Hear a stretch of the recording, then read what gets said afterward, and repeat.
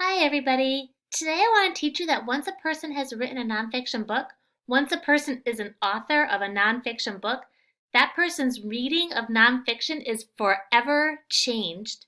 Authors of nonfiction books read books written by other authors and think, whoa, look what he did in his book. Look what he or she did. I should try that.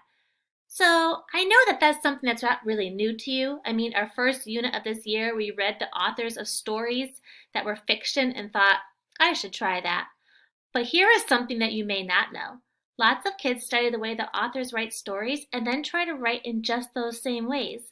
But for some very strange reason, most 7 and 8-year-olds don't study nonfiction books in the same way. It's true.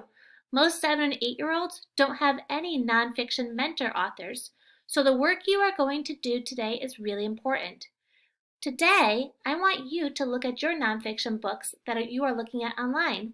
I want you to think about how you could use that author and their crafty ways to mold your stories. I am inspired today by our phonics lesson and our reading lesson from this morning. So this morning, when we were talking about crafty moves that authors use in our reading stories, and then in phonics we were collecting a bunch of words, I thought I really want to do that with mine. So I brought up our All About Staying Home example from our second grade teachers. So I went through it and I highlighted in green some places that I think I want to try some crafty moves that I learned from our author this morning, Anne Cameron, where she did a lot of comparisons, a lot of similes.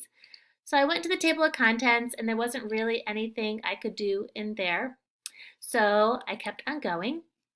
I went to the introduction and I kept on going until I got to this little part right here. I highlighted in green, our dogs have never been happier. And I started thinking, what is a simile for our dogs have never been happier? And I thought to myself, how about if I compare that?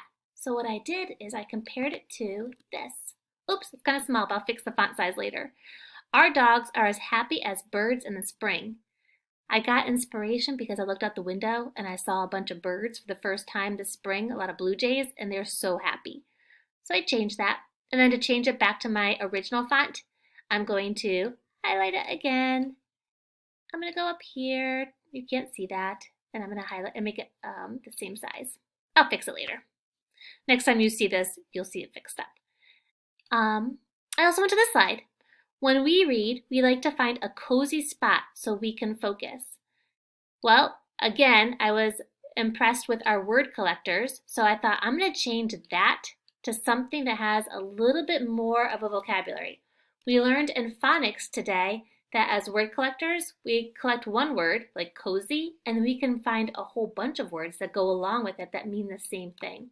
So I'm changing it to, we enjoy a cushy, cozy spot to settle up and begin our reading focus. Just changing those words around a little bit. When I got to this chapter, we will play so many games with our families. Well, what would you do? How would you change that? Well, if you were thinking along the same lines as me, I thought I'm going to change it so it's something that you can kind of see. It's a visual. We will play so many games that we can build a tower taller than us with the game boxes.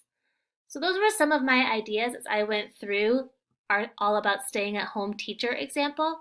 I want you today to go into your writing, see if you can change some of your words so that they're more word collector words. Maybe you can add some similes and compare. Maybe you can make it really come to life in the reader's mind as they read your story. Good luck with your writing today. Get right into it.